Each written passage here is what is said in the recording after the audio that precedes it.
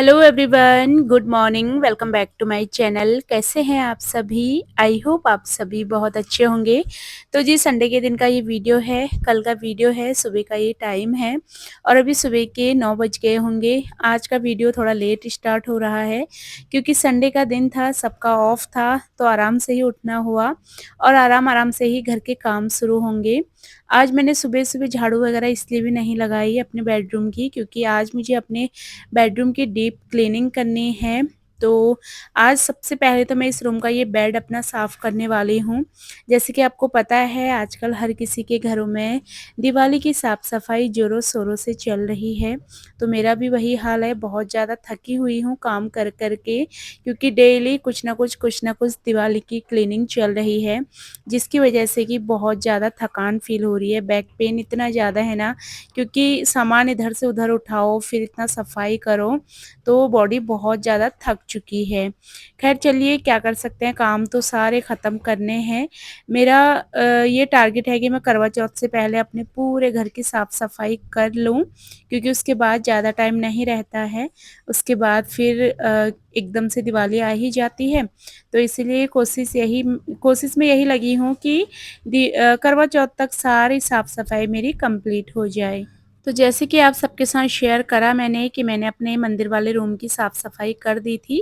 Kitchen की अभी नहीं हुई है, क्योंकि किचन में थोड़ा बहुत काम हमें करवाना है, क्योंकि हमारे जो नीचे के कैबिनेट है ना, उनके गेट सारे ही टूट गए हैं। पूरी लकड़ी को ना दीमक ने खा लिया है, तो वो किचन का काम भी हमारा आज ही हो रहा था।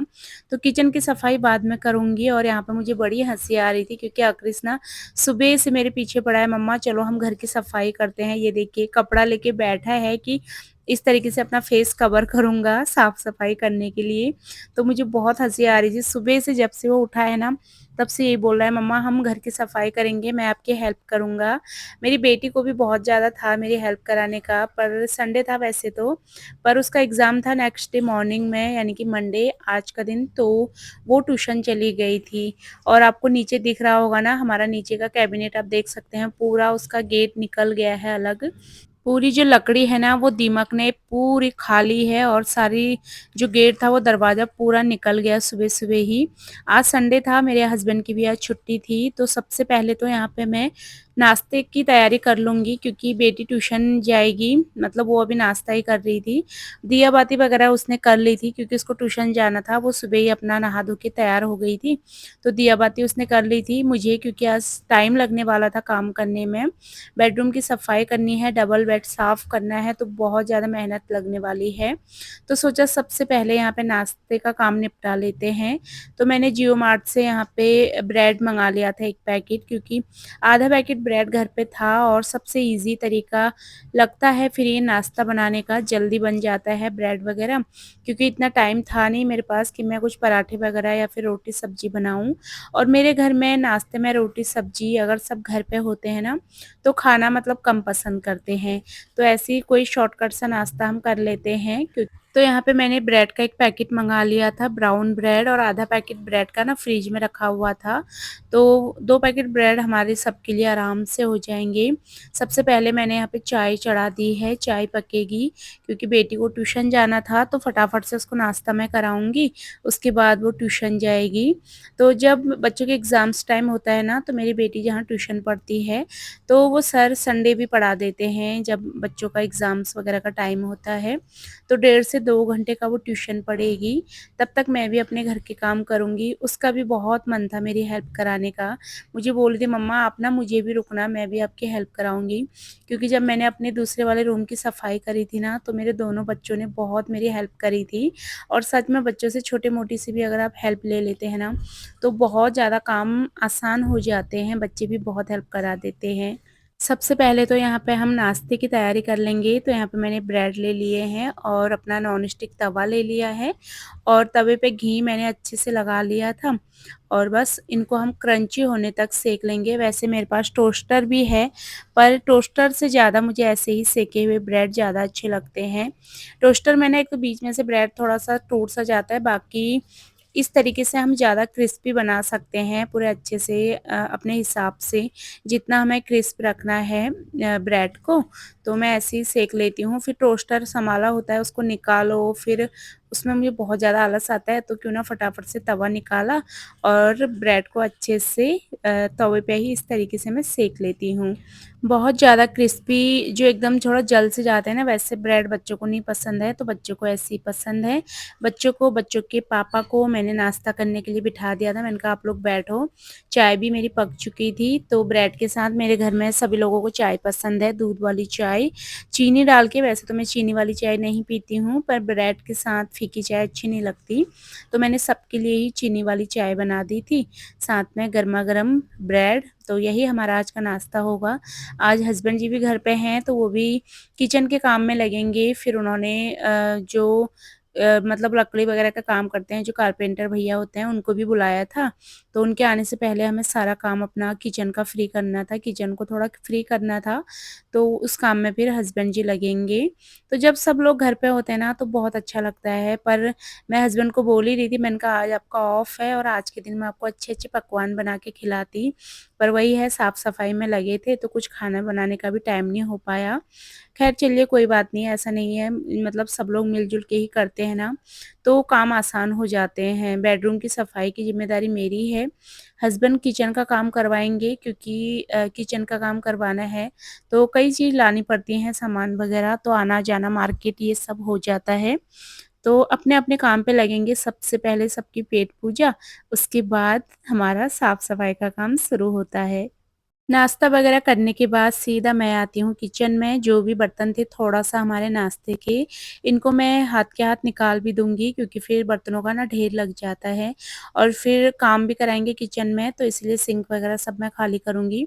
वैसे सिंक का तो कोई काम था नहीं, पर अच्छा नहीं लगता ना जब कोई कुछ काम करा रहा है, तो बर्तन वगैरह जूठे, किचन गंदी तो अच्छी नहीं लगती। तो मैंने सारे बर्तनों को तुरंत के तुरंत धो दिया था। दूध का पतीला भी खाली हो गया था।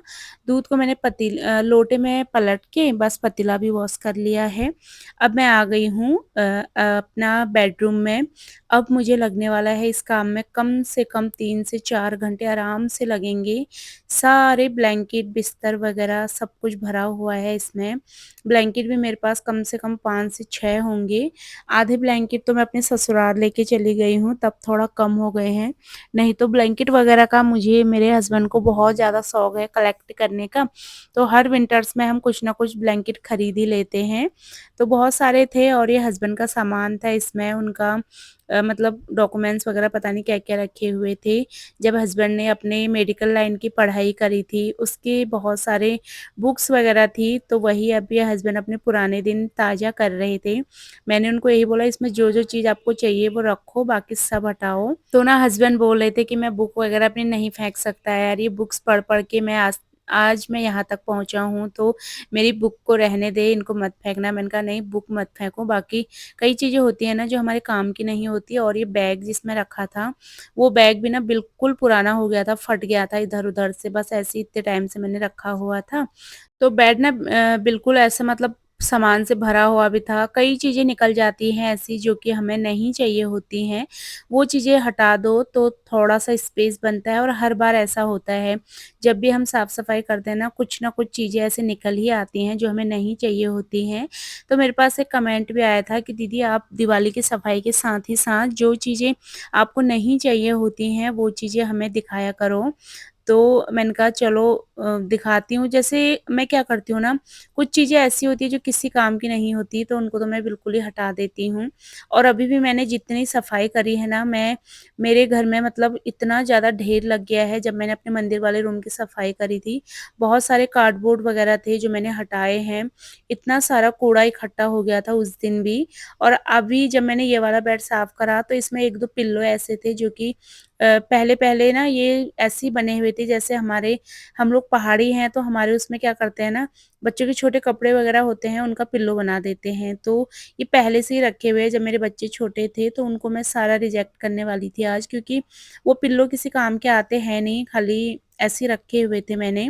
तो वो सारी चीज़ें मैं हटाऊँगी, जो-जो चीज़ नहीं चाहिए वो सारा हम हटा देंगे। बाकी जैसे बच्चों के कपड़े हैं, जो कपड़े काम के होते हैं, वो अगर कोई कपड़ा काम का है तो आप किसी को दे सकते हैं, जैसे कई लोग होते हैं जो आपके बच्चों से छोटे हैं या तो उनको दे दो या तो किसी ज़रूरतमंद को दे दो। जैसे कई लोग होते हैं ना जो नहीं ला सकते इतने कपड़े वग़ैरह, तो किसी को भी दे दो, मैं तो दे देती हूँ। जैसे कोई मेरे बच्चों के छोटे हो जाते हैं तो मैं किसी को दे देती हूँ। किसी के भी काम आ जाते हैं, जैसे बच्चों का स्कूल बैग वग़ैरह होता है। हर साल बच्चों को नए बैग लाने होते हैं, जो पुराना होता है वो इतना ख़राब भी नहीं होता कि आप उसको फेंक दो। तो जैसे हमारी सोसाइटी में काम वाले आते हैं कई, तो ऐसे किसी को भी दे दो, तो किसी ना किसी के काम तो चीज़ें आ जाती हैं फेंकने से अच्छा। बाकी बस जो बिल्कुल ख़राब होता है उनको मैं हटा देती हूँ। कुछ-कुछ बच्चों के टी-शर्ट वग़ैरह जो कॉटन की होती हैं उनको मैं डस्टिंग के लिए यूज़ कर लेती हूँ। तो ऐसे ही मैं यूज़ करती हूँ चीज़ों को। और मेरे से ज़्यादा मेरे बेटे को आज सफाई का कीड़ा लगा हुआ था कि मम्मा ये भी मुझे करने दो, वो भी मुझे करने दो। इसको सफाई करने में बहुत मज़ा आ रहा था। और देखने को ना हमें लगता है कि हमारा बेड बंद है, इसमें क्या ही गंदगी होगी। आप देख सकते हैं कितना ज़्यादा कूड़ा इसमें से निकला हुआ है, क्योंकि कई बार हम ना जैसे बेड को खोलते हैं, बंद करते हैं, तो धूल वगैरह कई छोटे-छोटे पार्ट्स वगैरह ऐसे कूड़ा वगैरह ये सब चीज़ ना बेड में चले जाता है। जितनी बार हम बेड को ओपन बंद करते हैं, तो कई चीज़ बेड बेड में चली जाती हैं, तो वही सारी चीज़ें इकट्ठी हो रखी थी। तो मैंने कहा चलो इसको जल्दी से पहले तो मैं इसको झाड़ लूँगी और फिर मैं इसमें एक गीला कपड़ा मार लूँगी पूरे बेड में, जैसे हम पोछा लगाते हैं ना, उतना गीला नहीं रखेंगे, कम गीला रखेंगे। और यहाँ पे मेरे हस्बैंड ने गाने भी चला रखे थे, तो काम करने में मज़ा दुगना हो गया था। हस्बैंड जी और क्रिस का डांस भी चल रहा था बैकग्राउंड में, तो ये लोग डांस करने में लगे थे, तो मेरा भी काम करने में मन लगा हुआ था। यहाँ पे मैं लग गई थी इस सारे काम को करने में, और मेरे हस्बैंड ना बहुत ज़्यादा सपोर्टिंग है, मतलब बहुत ज़्यादा सपोर्ट करते हैं। मैं कोई भी काम करती हूँ तो पूरी हेल्प कराते हैं। उन्होंने किचन का काम भी करवाया, और किचन का काम करवाने के लिए जो वो आने वाले थे ना कारपेंटर भैया, तो उन्होंने बोला मुझे थोड़ा टाइम लगेगा, तो तब तक हस्बैंड जी ने लंच बना दिया था। मुझे बोला कि मैं ना लंच बना देता हूँ तब तक, नहीं तो फिर एक बार किचन बिज़ी हो जाएगा काम के लिए, फिर लंच बनाना मुश्किल हो जाएगा, फिर धूल वगैरह भी उड़ेगी। तो उन्होंने लंच वगैरह भी बना दिया था, कढ़ी राइस बनाया था पतिदेव ने, और बहुत टेस्टी बना था। मतलब खाना मेरे हस्बैंड बहुत ही अच्छा बनाते भी हैं। बच्चे बोल भी रहे थे खाते टाइम कि मम्मा कढ़ी तो डैडी ने आपसे भी ज़्यादा अच्छी बनाई है। मैंने कहा चलो बढ़िया है, कितनी हेल्प होती है अगर आप काम में बिज़ी हो, तो अगर कोई आपको खाना भी बना के दे देना तो बहुत बड़ी हेल्प हो जाती है। आज तो काम करते-करते मेरी इतनी हालत ख़राब हो गई थी, सारा काम निपटाते-निपटाते तक ना मुझे 2 बज गए थे, और इतनी ज़्यादा भूख मुझे लग गई थी ना, पता ही नहीं चला कि सुबह मैंने ब्रेड भी खा रखे हैं, पता नहीं वो कहाँ गए पेट में। इतना काम करते-करते मैं बहुत थक गई थी। और ये मेरी साड़ियाँ वग़ैरह रखी हैं कुछ, ये ना मेरे ब्लाउज़ का कपड़ा है। और अभी एक पिंक साड़ी मैं तय कर रही थी, वो भी है। तो ये साड़ियाँ मुझे तैयार भी करानी हैं, अब देखो मैं इनको कब कराती हूँ। हस्बैंड का ही वेट करती हूँ शाम के टाइम, तो जैसे उनके साथ निकल जाती हूँ मार्केट। और ये ब्लू कलर की साड़ी जो आप अभी मेरे हाथ में देख रहे हैं ना, ये मैंने मीशो से मँगाई थी, वेलवेट की साड़ी है, बहुत ही प्यारी साड़ी है ये। इसका ब्लाउज़ का कपड़ा और भी ज़्यादा प्यारा है, अगर मैं इसको कभी स्टिच करवाऊँगी ना, तो आपको दिखाऊँगी। मतलब इस बार मैं कराऊँगी ही इसको, क्योंकि 1 आध 2 शादियाँ भी हैं, उनमें जाना है, तो साड़ी चाहिए मुझे, तो मैं इनको तैयार कराऊँगी। और एक बैग में मेरे बेटी के सारे ड्रेसेस जैसे गाउन वगैरह होते हैं वो हैं, और एक में अक्रिस के, मतलब जो भी हम इधर-उधर जाने के कपड़े होते हैं, वो सारे कपड़े मैंने इनमें रखे हुए हैं। तो ये छोटे-छोटे बैग मैंने मीशो से ही मँगाए थे, तो ये ऑर्गेनाइज़र हैं, जो कि हमारे काम आ जाते हैं हमारा सामान रखने के लिए। और एक इस पन्नी में मैंने दिवाली का सारा सामान रखा है, जैसे जो भी हम दिवाली के टाइम पे घर में लगाते हैं, लड़ियाँ या फिर फूल वगैरह, जो भी तोरण वगैरह लगाते हैं, वो सारी चीज़ें रखी हैं। तो जो-जो चीज़ मुझे ज़्यादा ज़रूरत होती है उसको मैं अपनी आँखों के सामने रखती हूँ। जो चीज़ें कम ज़रूरत वाली होती हैं उनको मैं अंदर की साइड रख देती हूँ।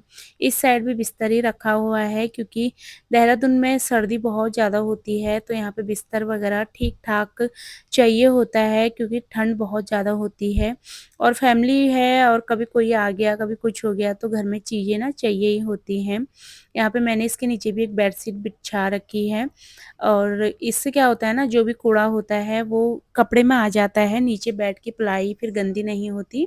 तो बेड वगैरह मैंने साफ़ करा, फिर मैंने यहाँ पे जाले निकाले अपने घर के, तो बेड साफ़ करने के बाद मैंने बेड को तब तक ऐसे ही बंद कर दिया था और अब मैंने यहाँ पे सारे जाले वगैरह निकाले, फ़ोटोज़ वगैरह हटा के। अभी जो ये ऊपर की दीवारें वगैरह है इनकी सफाई करने का मैं सोच रही थी करूँ या ना करूँ, क्योंकि इस रूम में हमें पेंट करवाना है। इस रूम का हाल मैं अगर आपको दिखाऊँगी ना प्रॉपर तरीके से, चीज़ों को अच्छे से दिखाऊँगी ना, तो इस रूम में मतलब सिलन ने इतना बुरा हाल कर दिया है। हमारी उल्टी छत है, सिलन से इतनी ज़्यादा काली हो गई है ना कि देख के मुझे खुद ही शर्म आती है उसको। तो हस्बैंड जी ने पेंटर से बात करी हुई है और जहाँ एसी लगा है उसके कोने पर भी आप देख सकते हैं सिलन से पूरा काई सी लग गई है। और जो ये वॉलपेपर मैंने चिपकाया ना, ये वॉलपेपर इतना ज़्यादा बेकार निकला। एक तो ये अपने आप ही फट जाता है कहीं से भी, बहुत ही घटिया क्वालिटी का है ये। तो इस पे भी मैंने पैसे वेस्ट करे खाली, मतलब अब मैं पछता रही हूँ मैंने क्यों ये ले लिया। तो ये भी मैं निकलवाऊँगी, फिर मैं यहाँ पे पेंट करवाऊँगी। एक तो इसकी वजह से क्या हो रहा है ना, मैंने ये वॉलपेपर चिपका रखा है, इस दीवार पे सिलन आती थी इसकी वजह से। अब क्या हो रहा है, वो सिलन जो इस पे आती थी ना, वो सारे ऊपर को बढ़ रही है, जो वॉलपेपर के ऊपर को आ गई है सिलन, तो जिसकी वजह से ये और ज़्यादा दीवार को खराब कर रहा है। तो हस्बैंड तो बोल रहे थे मुझे आज ही इसको निकाल दो, मैंने कहा अभी नहीं यार, क्योंकि क्या होता है ना उसमें ग्लू इतना है कि वो पेंट को साथ में ही निकालेगा, फिर सारी दीवार इतनी गंदी सी लगेगी। तो मैंने कहा अगले हफ्ते तक संडे तक आप पेंट करवा दो, उसी टाइम हम निकालेंगे, अभी से मैं इसको नहीं लगा लूँगी।